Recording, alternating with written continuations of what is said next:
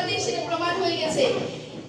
তারেক রহমান দেশে ফিরাতে যে জনবহুল মানুষের যে জনসমুদ্র হয়েছিল সেটা দিয়ে প্রমাণিত বিএনপি কতটা আদর্শিত একটা দল। আর বাকি থাকলো আমাদের কুলাউড়ার কথা।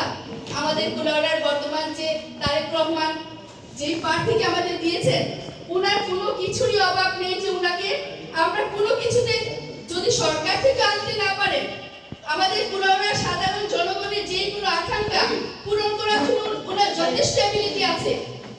উনি নিজেও বর্তমানে উনার টোটাল ফ্যামিলি যতগুলো ভাই আছেন উনারা প্রত্যেকেই জনসাধারণের সেবা করে যাচ্ছেন বহু বছর থেকে।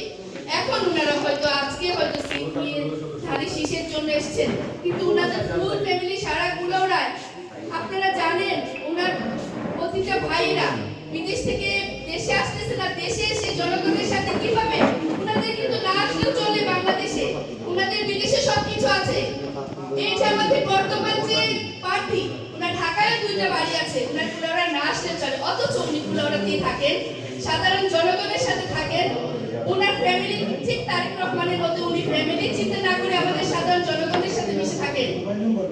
তাই আমি সবার কাছে এখন আবেদন করব, এখানে যারা আছেন কারোর কাছে ভোট চাইবো না, সবার কাছে আমি ভোট এনে দেওয়ার জন্য অনুরোধ করতেছি। সবাই এখানে কর্মী, একজন 10টা করে ভোট আনতে পারবেন।